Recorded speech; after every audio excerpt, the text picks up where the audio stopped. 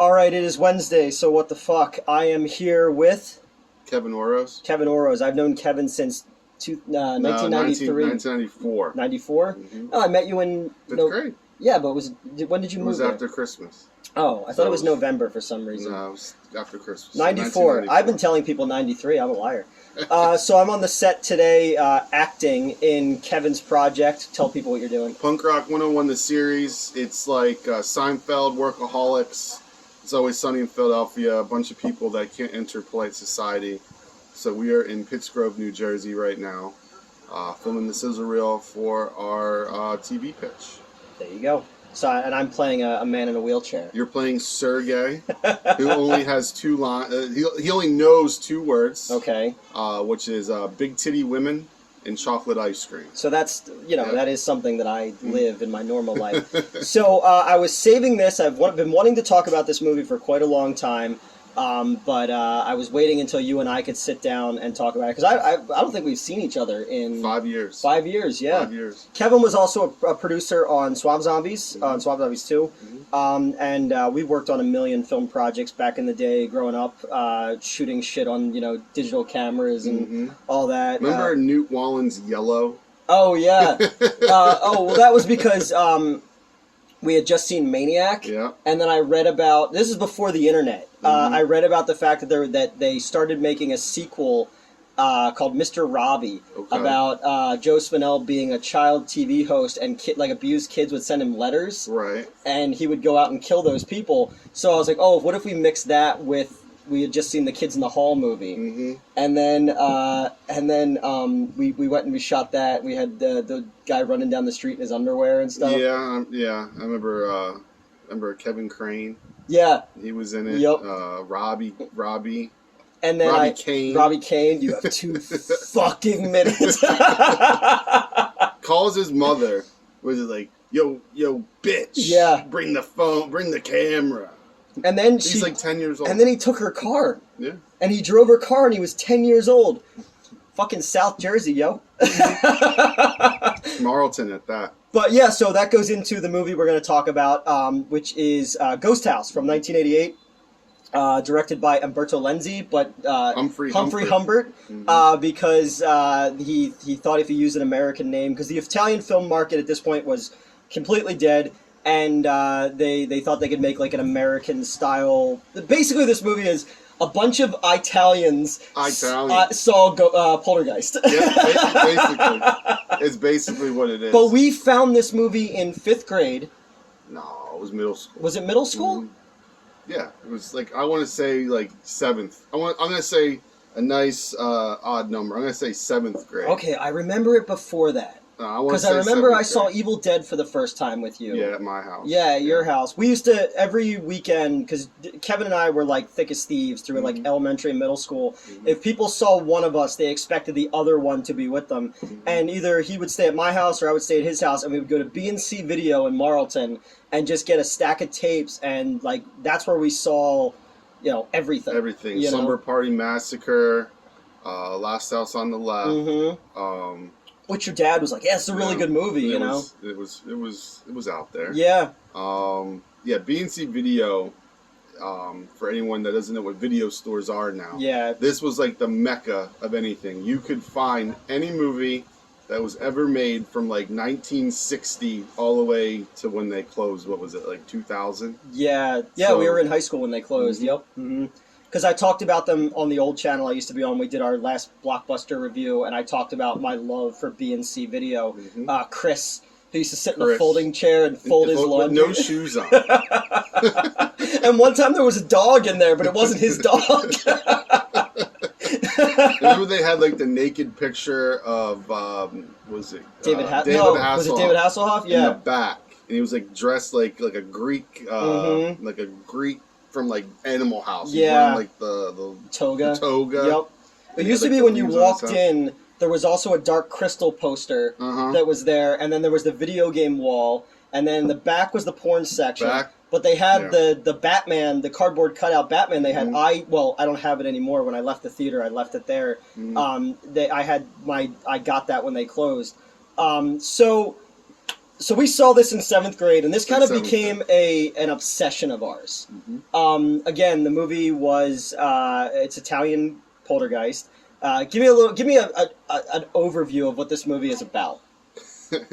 All right, so it's about a ham radio operator. So the Italians really overestimated the ham radio fad in America. You know.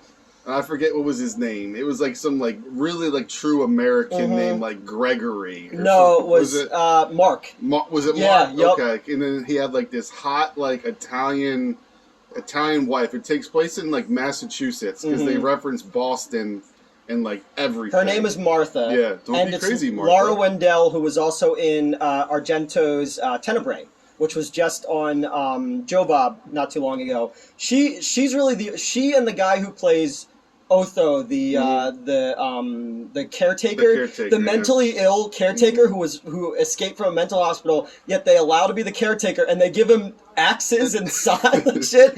He's Dr. Butcher in Dr. Butcher MD. Okay. You know? Okay. So they're like the only two people who are known who are in the movie. So he's a ham radio operator. Yeah, and he hears like someone being murdered, but it didn't happen yet. Yes. So they go to like explore and find out where it came from, because I guess there's only 2 ham radio operators in the whole state of Massachusetts. He triangulated the signal. Yep. So that's after he asked the guy who's a bigger hit in Kelly LeBrock or Kim Basinger. Who's bigger in Colorado? Then he gets a phone call from Martha, and he's like, "Hey, I made chili," and she's like, "Ooh, I'm on my way home. Keep the chili hot and keep yourself hot too." Yeah, but this movie is also dubbed worse than the Canadian movie Things. There is dubbing in this movie that is just like, what the fuck? But you left out the beginning. Oh, the very beginning. Okay, so the very beginning, it's like a thunderstorm, like in like a cemetery where the house and is. It's the house from House by the Cemetery, the Lucio Fulci film. It's the same house in Massachusetts. So it starts with like, I guess, like an old man and woman looking for their daughter, and I guess she's dead. No, she killed a cat. She's under she's under the influence of the clown doll. Right, but she's not dead yet. All right, so they I'll died, leave that for the but end she's of locked in the basement. She's locked in the basement with the clown doll. So they're like, "Oh, what have you done?" Yeah. And all of a sudden, the house like implodes. So like everything that's glass expands and explodes. A zombie hand hits him in the head with the axe, and then the mother gets a needle through the eye. Yeah, and then you hear like, "I rap." Yeah, so there's this weird. I don't know what it is. It's like this electronic nursery rhyme, and it just keeps saying, "Are you up? Are you there? Are you up? Are you there?" And it just plays throughout the entire fucking movie. Yes. Then we go to Mark and Martha. So why would they have 2 characters with M's? Because that's just confusing. Mark and Martha. So they go. They hear this guy screaming on the ham radio. So they go. Somebody help me! Help me! Ah! So they go to find out where it's coming from. They pick up this hitchhiker named Pepe. Pepe, the wandering traveler. And he hates where he is. Yep. And he's like, Boston sucks. Everything sucks. So he's just like a downer. And then he steals $5 from her with like a fake claw hand. And the actor, the gentleman's name was Willie H. Moon. Because we tried to find him. Yes. So Pepe. Once like dial-up internet became a thing, Kevin and I would like try to find if we could find these people and just ask questions about the movie. It never worked out. One day we were actually going to go drive up to the house. Remember that? Yeah, and we never did it. We were cool. Yeah, we were. So after that, they show up at the house and they meet the ham radio guy, his sister, I guess a friend, and like some like biker chick. Yeah, and the biker chick was in the Tony Danza movie Hollywood Nights. Okay. Yeah. Yep. So they find them, and they're like, "We're here to like uncover this mystery." And the guy gives them like the whole life story. He's like, "I'm so and so, and I'm here with my sister, and so and so." Tom Devlin. I'm here with my sister, and so, and she jumped over the wall, so she got kicked out of school. It was like And then he gave him like his wallet to check like the social security and then, number. Not really. And that's then how Mark much goes, information. I don't know anything. I just know computers. So they go inside, they play the audio, and the guy's like, that is my voice. Yeah. But we were here all night. Mm-hmm. So. But they went on vacation to this abandoned house. And then went into the abandoned house to set up an entire ham radio setup. Mm-hmm. Do you remember in 5th grade when they brought the ham radio and to you school? weren't allowed to go and on. I got in trouble. I don't know what I did, but I got kicked out. Because of people like this. Yeah, I remember that. Mm-hmm. So, I was in the movie forever, but I remember like they become friends. The group now becomes friends. Mm-hmm. And then Tom Devlin goes upstairs. Mm-hmm. So guys. Hey, what's going on? To see, that's Stu, Yeah. to see a noise. He hears the Yeah. So he goes upstairs. The girl's standing there with the doll. So everything he said the night before, it's like, help me. Somebody help me. Is now happening. And the blade of the fan comes off and slashes his throat. So he dies. So they all run upstairs. Mm-hmm. Martha's like can't take it anymore. Yeah. Um, with her broken English. Right. So then they decide to leave, but they don't leave. No. And then they don't leave. But then you meet the caretaker. Then you meet the caretaker. Because he even says to him, he's like, "What are you doing here?" He's like, "Oh, I'm a ham radio operator," and he's like, "Computers," and the guy goes, and walks away. So the cops come. And then they tell them that it's like private property. But they also tell them that the owner of the house was killed under mysterious circumstances, and they found his daughter dead in the basement. All right, so that's where that comes from. Mm-hmm. All right. So go ahead. All right, so they decide to leave, but they don't leave. Mm-hmm. They spend the night there. The sister goes into like the Winnebago from where they're staying, and starts seeing like crazy stuff on TV, kind of like in Freddy's Dead. Yeah, a little bit. Then all of a sudden her eyes start to bleed, and then she gets cut in half. Oh, no, she gets cut in half later. Does she? Yeah, the van starts a rocking and they don't come a knocking. Right. And then, that's after the cops tell them the story. That happens, and then she does the her family. Oh, everybody hates me thing because they're like, you're a liar. The sister said that you jumped over the wall, yeah. And then she's like, everyone's against me. Everybody hates me. And then they meet. So their brother is dead, and they're not like. There's like no let's go take care of it. No one's going to take care of that. But then so you have this. Then Mark and Martha go back to Boston. They never leave. No, they do. They go back because remember he plays the recorder and it says burial.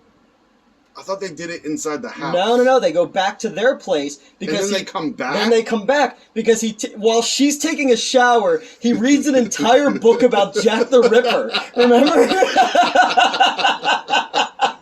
Must have been a long shower. Yeah, and he's like, yeah, there was a monk who or a priest who had a premonition about Jack the Ripper, and she's like, you learned all this while I was washing my hair. So then they come back, and the people are still there. Yeah, because the van broke down. Then the guy so now there's a ghost dog. It's like a Doberman. There's a Doberman. And he throws a candlestick, but they couldn't do the special effect, so the candlestick disappears, not the dog. So that means the dog is real, but the candlestick is a ghost. This movie, I tell you. So there's a Grim Reaper, there's a ghost, there's a zombie hand. There's like a face with worms. There's a face with worms in it. There's the little girl. There's the doll. You come to find out that the guy who in the beginning who got killed with the axe, he used to be a mortician. He takes Which is my favorite part. Yeah, he would take things off the dead. Mm-hmm. And then Pepe shows up at the house and tries to eat Triscuits. Yeah, but they have cockroaches in them. You're in an abandoned house, right? And then he just goes, "Whoa!" and he's dead. And then you don't know that you don't see him again. All right, until they open up a closet and he falls out. But it's like, why was he in the movie? I don't want to say it, but they probably needed some kind of African American. Okay. So that's probably why he was in it. All right. This is 1988. This is 1988. Yeah. So I mean, he was funny. No, he was funny, but it's like his character's like, you should believe in ghosts, P-Brain. Yeah, P-Brain. All right. So then Mark and Martha come back. The people are still there. Mm-hmm. Granted, the one girl had a motorcycle, so I don't understand how they can, she can transport. The RV broke down. Right, so everyone's dying. Yeah. So why don't you just hop on that motorcycle and just get out? Yeah. All right, so they don't do that. But they think it's the caretaker who killed the brother. Right. So... It's a very integral So now Mark and Martha go talk to this, he looks like he has, some kind of, AIDS. Yeah, he's very skeletal. And he is in the sequel, yes, the unofficial sequel, called The Witchery, which you and I found, and Linda Blair. West Coast Video. Oh, so hold on. So this movie was released as La Casa 3. Okay, so what happened to La Casa 1 and 2? La Casa 1 and 2 are Evil Dead 1 and 2. So they had nothing to do with it. Exactly. The Italians. Those Italians. So because also Night Killer came out as Texas Chainsaw Massacre 3 in Italy, months after Texas Chainsaw Massacre 3 came out in Italy. They're too busy making pizza pies over there. So they go and they talk to the Undertaker. Yeah, who just lets him in the back while he's preparing a body. And again, gives him his whole life story. Mm-hmm. So what's his name? Torgo? Otho. Torgo's from Menace. That's another great one. Mm-hmm. Shows up and he's like, "What are you doing here, Otho? I want to know what's going on." "Oh, they're just here for some basic information." How many times have you and I quoted to each other basic information? I sent it to you the other day. Don't be crazy, Martha. "Oh, they're just here for some basic information." Because in my last review, I did Mosquito, which you and I have seen before, but I brought up the scene in Poltergeist. He's like, "I don't know, Dad." "Bugs ever bite on you, son?" "I don't know, Dad." And he looked like Mikey, who used to live in my neighborhood. Fat with long hair. Yeah. So then Otho, the funniest thing though, during this whole fight scene, this guy's in an embalming lab and just takes a thing of bleach and throws it.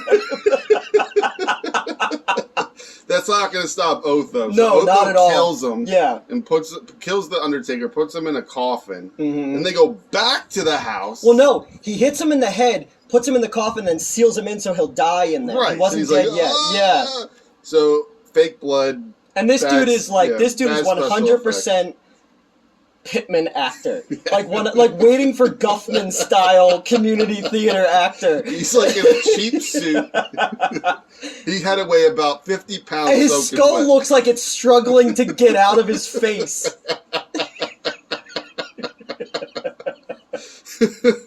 Alright, so they go back to the house. Yeah. The friend or whatever who looks like that game show host that was on that Finders Keepers. Oh yeah. It's not him, but it looks like Opie on a bad day. Goes in the house, falls into some kind of paper mache liquid. But no, it's like the floor is full of cum. Well, yeah. Yeah, I was just trying to be No, you don't have to on this. All right. So it looked like someone just splooged all over the floor. He falls into it. Yeah. And all of a sudden, he's a skeleton. No, not yet. Remember, he gets stabbed. No, there's skeletons in there because again he melts. No. They saw Poltergeist again, so there's skeletons in there. Right. Remember, he comes out and the sister thinks he's a monster and she stabs him. Right. But that's after she goes into a bathroom and starts washing her face with blood. Right. Yeah. Right. All right. So he gets stabbed. And then she runs outside. The sister who jumped over the wall gets cut in half by a rocking horse. Right. And then that dog shows up again. Dog shows up again. And then Martha and Mark go to the cemetery. And they burn the little girl who's buried with the doll. But she hasn't decomposed. At all. But there's the zombie hand in there too. Right. Which makes no sense. No sense. Because, the movie doesn't make sense. Well, no, because they go to that old black guy who's drunk. I forgot about it. Remember? And he's just he's talking about, again, he tells all the story. Again. About the daughter and stuff like that. After we heard it twice. Yeah, so then they set the thing on fire. The little girl disappears. Everything in the house disappears. The girl on the motorcycle survives. Lives. She goes on her way. They go back to Boston. And then Martha and Mark are meeting each other on some busy street. Mm-hmm. All right. The doll, the clown doll, that's blatantly obvious, looks the same exact thing from Poltergeist, is sitting in a toy store. But the Kmart version. Yeah. Yeah. Like poor kids would have. I was poor. You lived in Marlton. You weren't poor. So you see the doll like in like a window shot, And then but it has the evil smile. not at first. Oh. It's just like smiling at him, and then it moves his head, and then it's a red light, so he's walking across. He's closer to the doll than Martha is. Okay. Martha has to be a good football feet away, but sees it before he does. The face turns evil. Mark's like all happy, skipping through like an intersection, waving, and all of a sudden, like this truck comes out of nowhere. And he gets killed, and then the movie ends. So obviously, we've been obsessed with this movie for a long time because it's just terrible. Terrible. But you want to watch it over and over. It's fascinatingly terrible. Fascinatingly bad. Yeah. So this is one that I've been wanting to talk to. You can actually watch Ghost House for free on YouTube. Oh, really? Mm-hmm. It's on Tubi as well for free. Yeah. You have 2 avenues to watch it. Exactly. So no, I was glad that we finally had a chance to talk about this before we go film my scene.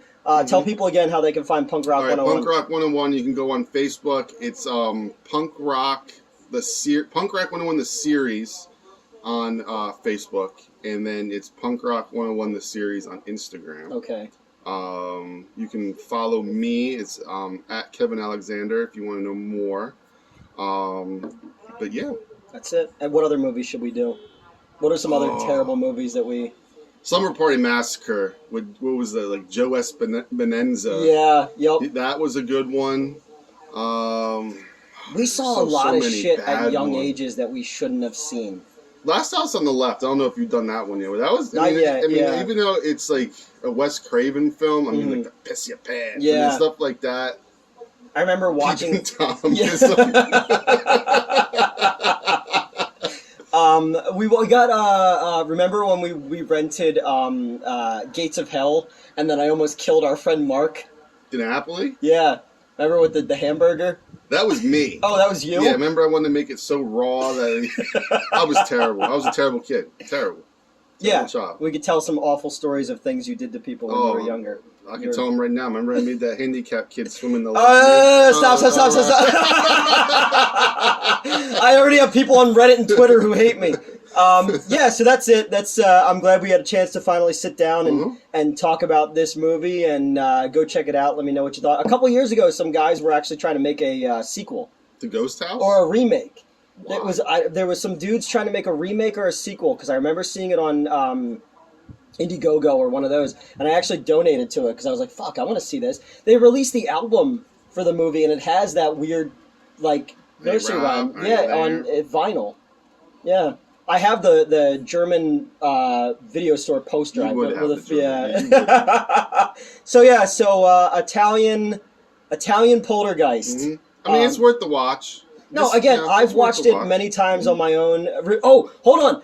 Do you remember when we went down the shore and we bought it from the video store? I think we rented it and never took it back. No, we bought it. Remember, they had to go through their inventory to see how much money it made? In Ocean City? No, in Long Beach Island. Yes. So I do remember we went, my parents, my mom rented a house in Long Beach Island, New Jersey. I do remember You came down, and we were kind of walking around town. We got ice cream or something. We were in, like, high school at that point. And we saw that they had it in the video store, and I was like, I want to buy this out of your inventory. So they had to call the owner of the video store, and we had to wait around. You know what? You know what makes it sound even worse? What? We were in college. Were we? Yes. Oh. Because I remember Jim had to take me home to go work for the township. You were cutting grass. Yeah, I was cutting grass. Yep. So that's how sad we were that we were in college. Instead of like chasing girls down the shore, mind you. And like, well, in another video, I told the I'm Logan from Baywatch story. That's high school. That's middle school. That was middle school. That was middle school. 95, because the Devils just won the Stanley Cup. But instead of us looking for girls and doing like normal college stuff, we're looking to find Ghost House on VHS. But we found it, and I bought it, and I bought it cash, and it cost me $35 because it was all that they've had the movie since 1989. That's all the money it's ever made, and the owner was so confused by the fact that I was so adamant that I'm not leaving this store until I get Ghost House, and I still have that videotape at home. So that's awesome. Yeah, I'm trying to think. I was gonna say something about something funny, but no, I can't think of it. It's nothing better on YouTube than dead air. I know, right? I know. And I'm a director. Yeah. I mean, so I don't know. It will come to me probably when Yeah, we're done yeah, with yeah. this. And I'm going to shoot some stuff while we're filming today, too, to kind of promote a little bit this show, this series you guys are doing. 'Cause it's pretty exciting. So, like, share, subscribe. Go over to Punk Rock 101 as well. And Kevin and I will get together again soon and do another one. Yeah, not another 5 years, man. No, because I hadn't heard from you. Heard from me. Well... I text you all. No, but I mean, all there was a long period of time. Yeah, 2010. I'm married. I got kids. Yeah, you got kids. You're married. You know. I do my thing. Yep, I'm still writing the same bullshit that we were working on when we were younger. You know, trying to make. But hey, man, I'm proud of you. You do a great job. Like I said, I've known this kid's like my brother. Even though we don't see each other for spans of time, when we get together, it's like we pick up right where we left off. You know, so, and then when we do talk to each other, it's always the same shit. Yeah. You know, I've told the story about when we went to LA, and I've told the story about your friend who wore the cape. Oh, now I remember what I was gonna say. Because we were with him, and was it Clerks or Cable Guy? You went to a video store, took a membership, and never returned the movies. Cable Guy. It was Cable Guy. Yep. And that kid's name was Ryan? And he was related to the woman from The Office. No, that was Keith. Keith was related to Meredith from The Office. Yes. Because we met her in in LA before she was big. Before that show ever aired. And then when the show aired, we were like, what the fuck? Like, because it was her, George Wendt, and the dude from the British Office who was also And the guy from the middle, Neil O'Flynn. They were all hanging out. They were all there. Yeah. I remember he went up to George Wendt. Nice to meet you, Mr. Wendt. He shook your hand and went like that. Yep. Then we saw Eric Estrada. Driving, this is fun. We were in Studio City waiting to meet Donald H. Randall. Who was the manager of Dolomite. To be honest, I don't think he ever was the manager of Dolomite because he called him and he had no idea who he was. Yeah, but at that point, Rudy Ray Moore's brain was like... Yeah, but still. We were in Studio City. We went to like that Russian deli that had the Pinocchio drawings. Yeah, yep. To get something to drink. And we hear Mary J. Blige booming. And we see like a Rolls Royce with a Puerto Rican flag coming down. And it's Eric Estrada. He sees us. We see him. He's trying to be like, you want to talk to me? Because I'm Eric Estrada. And we blew him off. He was getting Japanese takeout. Yeah, we saw Ricky Henderson sitting outside of that table. And we saw Russell Crowe at the AT&T store. Did we? Yeah.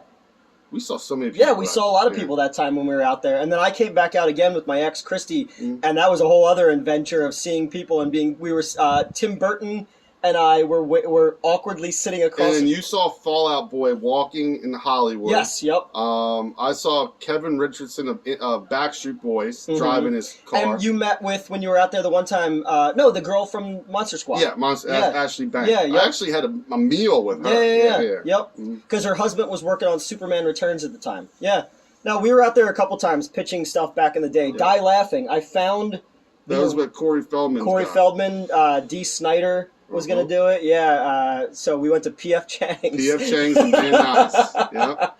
Yep. So Kevin and I have had some fucking filmmaking adventures over the years. Or just like we were just standing in there talking to some of your actors and telling stories about my brother and stuff like that. And the one actress was like, you guys have some fucking stories, you know. But again, you and I were like, we were like Jay and Silent Bob. We were before they were popular. For years. So that's it. Like, share, subscribe. Let me know below if you want to see Kevin and I get back together again. And if you've seen Ghost House. So thanks a lot.